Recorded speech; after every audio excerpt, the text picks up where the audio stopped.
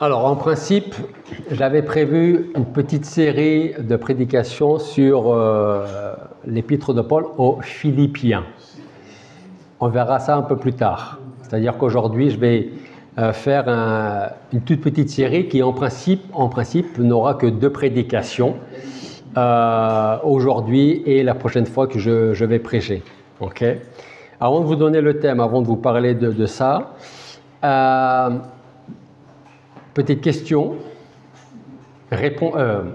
Réfléchissez bien avant de répondre. Déjà, en levant la main, qui peut dire qu'il aime le Seigneur? Ok. L'autre question, c'est: qu'êtes-vous prêt à faire pour lui montrer votre amour? Si quelqu'un veut dire quelque chose, il peut. Hein? Le suivre. Sagesse. Et de la sagesse. Faire sa volonté. Mieux le servir. Mieux le servir. Le reconnaître devant les autres. Le reconnaître devant les autres. Le reconnaître devant les autres. Oui. En fait, il y a 15 jours, pour ceux qui étaient là à l'étude, je vous ai dit, on avait commencé une toute petite, une étude qui a duré 5 minutes, parce que c'était la fin, j'utilisais la fin de mon ancienne étude pour commencer la nouvelle, qui était: que puis-je faire pour mon Église? Okay? Mais je me suis dit, c'est dommage parce que tout le monde a besoin d'entendre ça, mais tout le monde n'est pas là à 10 heures. Donc, autant faire ça à 11 heures, bien qu'il y ait encore des chaises qui soient vides, et c'est bien dommage. Okay? Mais je préfère quand même le faire maintenant où il y a un peu plus de monde qu'à 10 heures. Donc, j'ai intitulé cette prédication, je vais donner pour titre « Mon premier amour ». Comment, je vous ai posé la question, qui aime Dieu? Tout le monde a levé la main. L'autre question, c'est: comment aimons-nous Dieu? Comment aimons-nous le Seigneur Jésus-Christ? Pour répondre à cette question, on va aller en Apocalypse, chapitre 2. Apocalypse, chapitre 2, et nous allons lire ensemble les 7 premiers versets. Apocalypse, chapitre 2, versets 1 à 7. Écrit à l'ange de l'église d'Éphèse: voici ce que dit celui qui tient les 7 étoiles dans sa main droite, celui qui marche au milieu des 7 chandeliers d'or. Je connais tes œuvres, ton travail, ta persévérance. Je le sais, tu ne peux supporter les méchants, tu as éprouvé ceux qui se disent apôtres et ne le sont pas, et tu les as trouvés menteurs. Tu as de la persévérance. Tu as souffert à cause de mon nom et tu ne t'es pas lassé. Mais j'ai contre toi que tu as abandonné ton premier amour.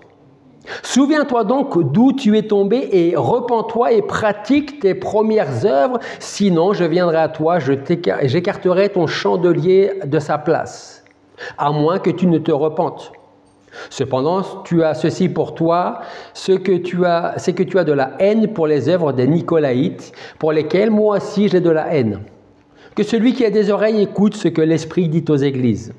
Au vainqueur, je donnerai à manger de l'arbre de vie qui est dans le paradis de Dieu. On a fait pendant plusieurs semaines, je dirais même quelques mois, une étude sur le livre des Actes, si vous vous en souvenez.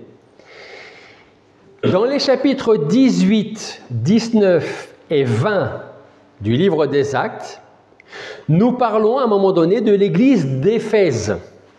Et nous savons de cette église quel était de cette ville, quel était le berceau d'une déesse qui s'appelait Artémis. Non. Diane. Diane. Vous avez certainement entendu parler du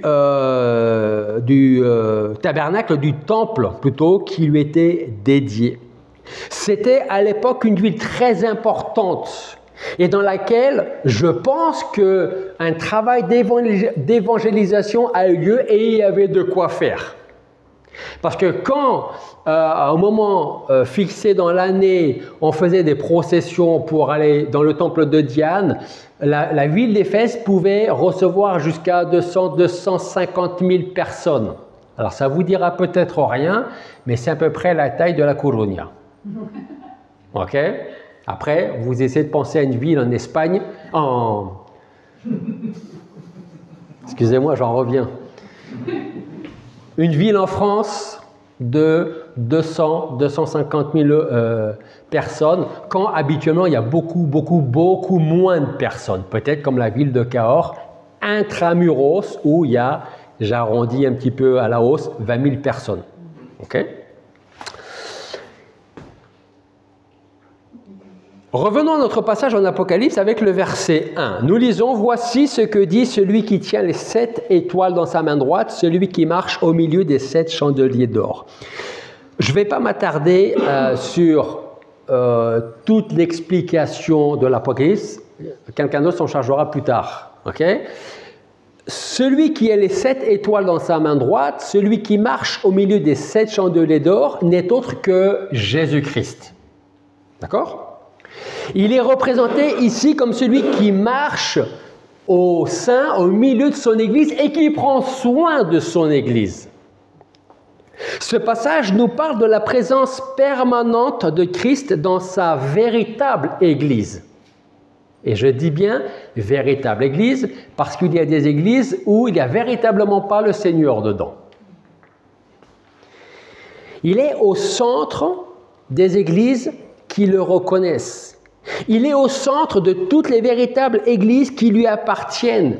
Et en même temps que je vous dis ça, il existe aujourd'hui des églises dans lesquelles Christ n'est pas présent. Ou plutôt, comme l'a dit Julien ce matin, Christ n'est pas au centre de l'église. Autrement dit, ce sont des églises qui ne sont pas christocentriques. Christ n'est pas au centre. Peut-être sur le côté, mais il n'est pas l'acteur principal dans certaines de ces églises. Il est présent dans des prédications.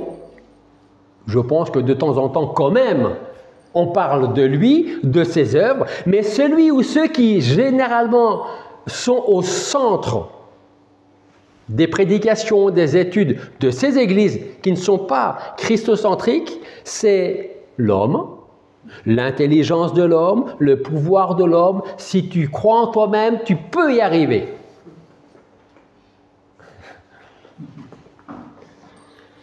Si un jour je commence à prêcher comme ça, vous me mettez dehors. Versets 2 et 3 de notre passage. Je connais tes œuvres, ton travail, ta persévérance. Je le sais, tu ne peux pas supporter les méchants. Tu as éprouvé ceux qui se disent apôtres et qui ne le sont pas. Et tu les as trouvés menteurs. Tu as de la persévérance. Tu as souffert à cause de mon nom et tu ne t'es pas lassé. Si on comprend bien ces versets, nous allons voir que Jésus est en train de ne dire que de bonnes choses de l'église d'Éphèse là. Il est en fait en train de louer le travail de l'église d'Éphèse. Le travail qui était accompli dans cette église avait permis l'avancement de l'évangile pour l'époque. C'est bien. Nous lisons, je connais tes œuvres, je sais qu'elles sont bonnes, ton travail, ta persévérance, tu ne supportes pas les méchants ou ceux qui se disent apôtres et qui viennent du Seigneur et qui ne sont pas apôtres et qui ne viennent pas de ma part. Tu fais bien ton travail. Mais, verset 4. J'ai contre toi que tu as abandonné ton premier amour. Je ne sais pas si on voit le contraste entre le verset 2 et 3 avec le verset 4. Verset 2 et 3, ce ne sont que des choses positives. Verset 4, par contre, j'ai une chose contre toi. Tu as abandonné ton premier amour. Il ne dit pas, et je ne pense pas que dans les différentes versions que vous pouvez avoir là, il ne dit pas tu as oublié. Il dit tu as abandonné. Ce n'est pas la même chose d'oublier et d'abandonner. Aujourd'hui, on utilise un terme, un nom féminin, magnifique, mais souvent pas de la bonne façon. Ce mot-là, ce nom féminin, c'est la grâce. La grâce. C'est un mot remarquable, c'est un mot qu'on aime, que tous les chrétiens aiment. D'ailleurs, nous sommes sous la grâce et plus sous la loi. Merci Seigneur. Le problème est que nous allons utiliser ce mot pour peut-être, de temps en temps, couvrir mes péchés, ou celui d'un autre, ou d'une autre, d'un frère ou d'une sœur en Christ. Alors, pardon, bien sûr, vous allez me dire, oui, mais comment pouvons-nous reprendre un frère ou une sœur qui est tombé dans le péché si on n'utilise pas la grâce?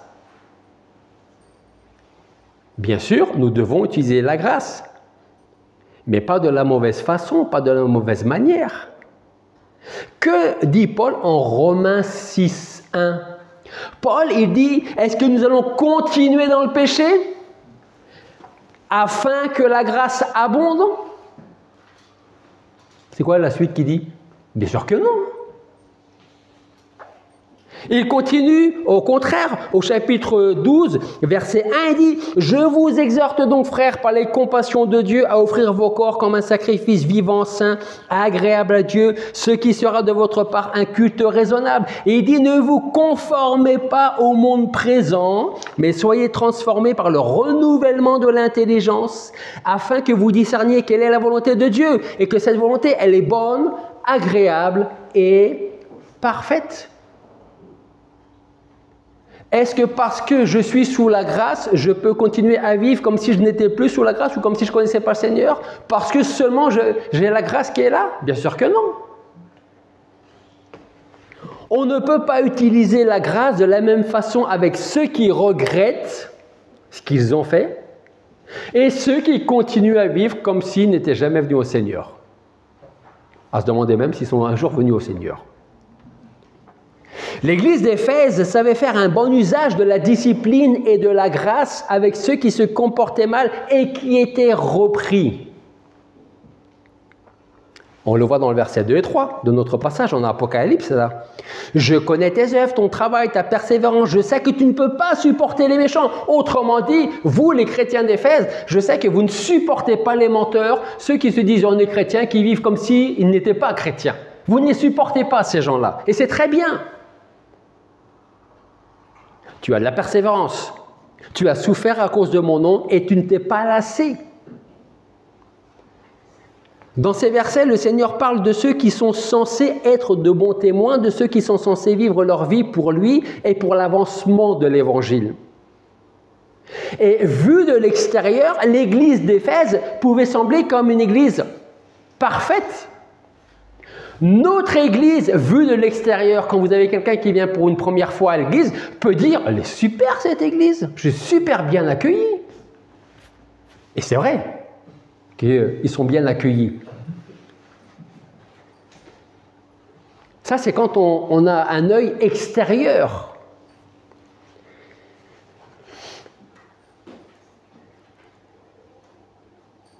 Tes œuvres sont bonnes, ton travail est bien, tu es persévérante en tant qu'Église, tout est bien, mais j'ai contre toi que tu as abandonné ton premier amour. L'Église d'Éphèse avait tout pour elle, mais elle avait perdu l'essentiel, l'amour pour Christ. Ma question c'était, est-ce que vous aimez Christ? Tout le monde a dit, oui, j'aime Christ. Comment on montre notre amour à Christ. Qu'en est-il de nous ici à Cahors? Comment est notre amour pour le Seigneur en tant qu'Église, mais pas que? Plus encore, comment est ton amour pour le Seigneur? Comment est ton amour pour Christ quand tu es fatigué et bien occupé? Comment est-ce que tu te prépares, ou plutôt non, comment tu t'es préparé aujourd'hui, ce matin, peut-être hier, pour venir aujourd'hui à l'église? Est-ce que tu es content d'être là? Ou est-ce que tu es content parce que je n'ai pas le choix, hein?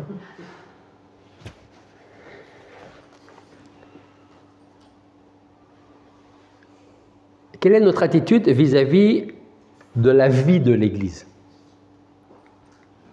Et là, je vais rentrer dans le vif du sujet. Est-ce que la réunion de prière est importante pour moi? J'ai envie de vous poser la question, je n'ai pas envie que vous répondiez. Répondez pour vous-même. Est-ce que les réunions du samedi matin, une fois par mois, sont importantes? Est-ce que le culte et les études bibliques sont importantes pour moi? Oui. Merci. Et on peut dire oui, c'est important. Oui, c'est important. Mais souvent, je suis fatigué parce que j'ai une semaine chargée et je préfère peut-être rester à la maison pour me reposer. Ou j'avais prévu de faire autre chose.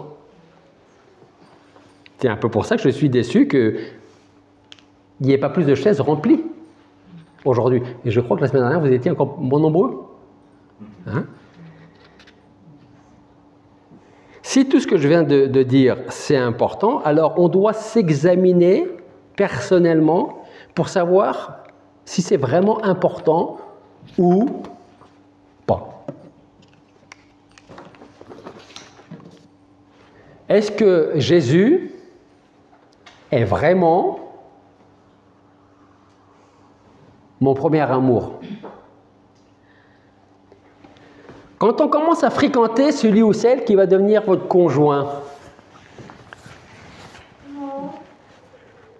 vous passez du temps avec la personne. Déjà, il va falloir qu'on se quitte déjà. Vivement le prochain rendez-vous parce que je veux te connaître encore plus. Vrai ou pas? Hein? Aujourd'hui, c'est peut-être un peu moins vrai, après quelques années, non? En tout cas, au début, moi je me souviendrai toujours, ma femme, j'allais la chercher à la gare de Lyon à l'arrivée de sa compagne de Fontainebleau. Moi j'habitais au 15e étage d'une cité de 12, dans un immeuble de 12 étages, et j'étais content de la voir. Et le temps passait très vite. Et on était pressés de se revoir. Et je pense qu'un couple, quand il commence, c'est ce qu'il vit. Parce que s'il ne vit pas ça, il ne faut pas qu'il se marie surtout. Hein. Okay? Mais c'est ce que tous les couples vivent, en principe. Le temps passe tellement vite, vivement la prochaine fois qu'on puisse se voir, qu'on puisse discuter, apprendre à se connaître. J'utilise cet exemple parce que, est-ce qu'on a envie, ou plutôt, quand on parle dimanche d'ici, est-ce qu'on se dit c'est déjà fini? Ou est-ce qu'on se dit c'est long aujourd'hui? Hein? Est-ce qu'on est pressé de revenir le mercredi et le samedi et le dimanche pour continuer à apprendre toujours plus de mon premier amour, ou est-ce que j'ai fini d'apprendre de lui? Je reconnais, on a tous plus ou moins des plannings chargés. Je suis d'accord. Notre église peut ressembler à l'église d'Éphèse. Être parfait en tout point, sauf sur un. Tu m'as abandonné. Alors, c'est moins culpabilisant quand on dit l'église a abandonné le Seigneur. Parce que, bon, je suis mélangé avec tout le monde. Mais l'église, c'est moi, c'est toi, c'est toi, c'est toi et c'est toi. C'est chacun.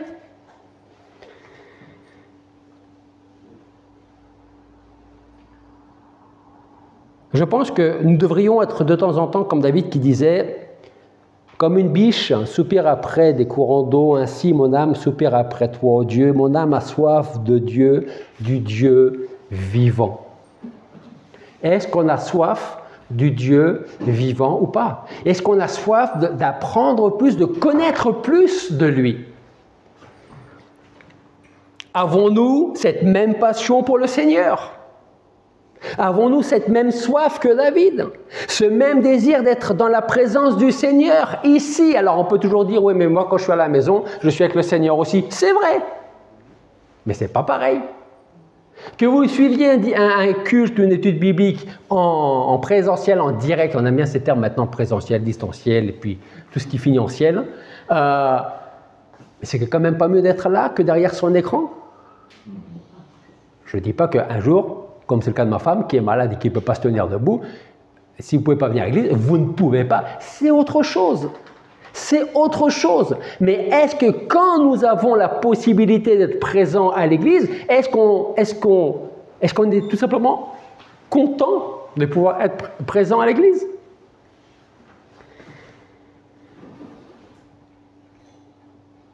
Le Seigneur ne veut pas savoir ce que tu fais ici ou là, ce que moi je fais ici ou là. Ce qu'il veut savoir, c'est quelle est mon attitude et ton attitude de cœur pour lui. J'ai contre toi que tu as abandonné ton premier amour.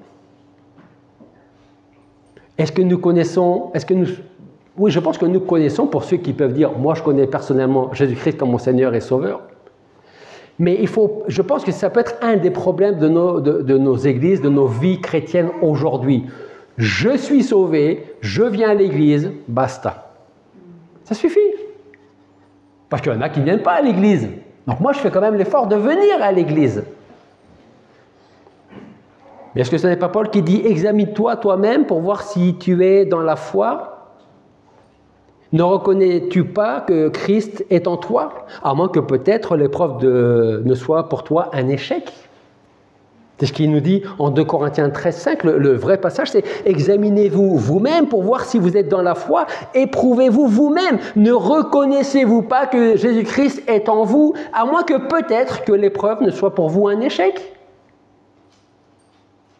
Pourquoi parfois on n'a pas envie de s'examiner? Parce qu'on connaît la vérité tout simplement. Hein.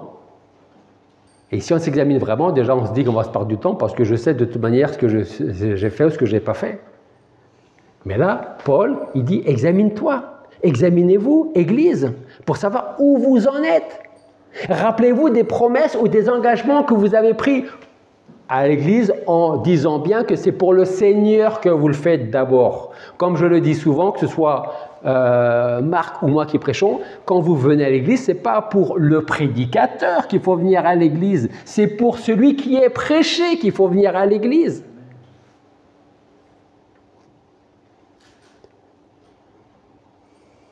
Apocalypse, toujours chapitre 2, verset 5, nous dit « Souviens-toi donc d'où tu es tombé, repens-toi et pratique tes premières œuvres, sinon je viendrai à toi, j'écarterai ton chandelier de sa place, à moins que tu ne te repentes. » Jésus nous dit tout simplement, examine-toi. Est-ce que tu pratiques toujours les bonnes œuvres que tu faisais avant? Si ce que tu faisais avant, de venir à l'église, de t'investir dans telle ou telle réunion. Est-ce que si tu ne le fais plus aujourd'hui, pourquoi tu ne le fais plus? Peut-être parce qu'au verset 4, tu as abandonné ton premier amour. Tu as pris des engagements envers moi. Ou alors c'était tout simplement pour te montrer à l'église. Peut-être que tu venais pour dire, moi je suis là. Tu fais ça pour les gens ou pour moi? Pour qui tu le fais?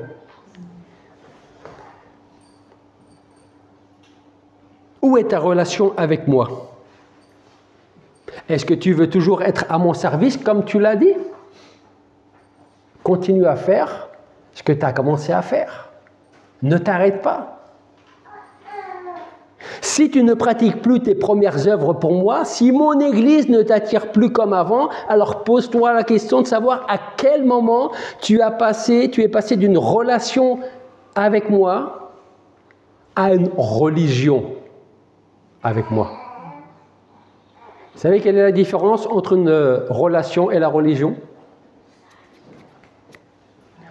Quand vous avez commencé à fréquenter, pour ceux qui sont mariés ou ceux qui l'ont été, quand vous avez commencé à fréquenter votre conjoint, Vous aviez une relation avec la personne ou une religion? Relation. Une relation.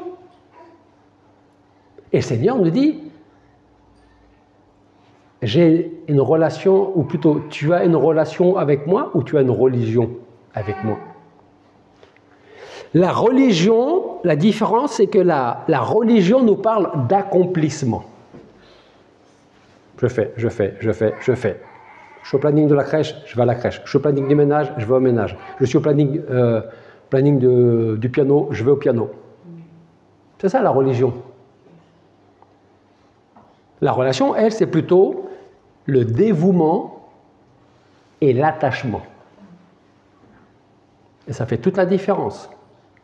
Il y a celui qui va vivre sa vie religieusement et l'autre qui va vivre sa vie chrétienne par ou avec une véritable relation. Et croyez-moi, parce que si vous êtes obligé de faire ce que vous faites parce que vous vous sentez obligé, parce que vous vivez une religion avec Jésus-Christ, à un moment donné, ce que vous faites, vous ne le ferez plus. Parce que, excusez-moi du terme, ça va vous gonfler. Et vous n'aurez plus envie de le faire. Et peut-être parce que les autres ne voient pas tout ce que je fais. Les autres ne voient pas tout ce que je fais. Hein? On le fait pour qui? Pour que les autres nous voient ou pour que le Seigneur nous dise merci et continue à le faire? C'est la grande différence. Et quand nous tombons dans la religion, alors nous allons accomplir ce que nous pensons devoir faire. Et c'est à ce moment-là que nous allons oublier notre premier amour parce que ça devient une obligation. Je fais et je fais et je fais. Sans aucune envie, sans aucun amour. Je le fais parce qu'on m'a demandé de le faire, donc je le fais. Alors que faut-il faire dans ce cas? Le verset 5 nous dit, une partie du verset 5, « Repens-toi et pratique ». Pas de nouvelles œuvres. Pratique quoi? Celle que tu as commencé à faire. Va jusqu'au bout de ce que tu t'es engagé à faire avec moi. De qui parle le Seigneur dans ce verset? Repens-toi et pratique tes premières œuvres. De qui parle le Seigneur dans ce verset? Des gens extérieurs à l'Église? De ceux qui ne sont que de passage dans l'Église? Ou aux membres de l'Église? Quelle est notre place aujourd'hui dans l'Église? Est-ce que je suis investi pour le Seigneur ou est-ce que je ne le suis plus? Ou est-ce que même je le suis par obligation? Est-ce que je me suis éloigné de ce que je faisais avant? Comment? Merci.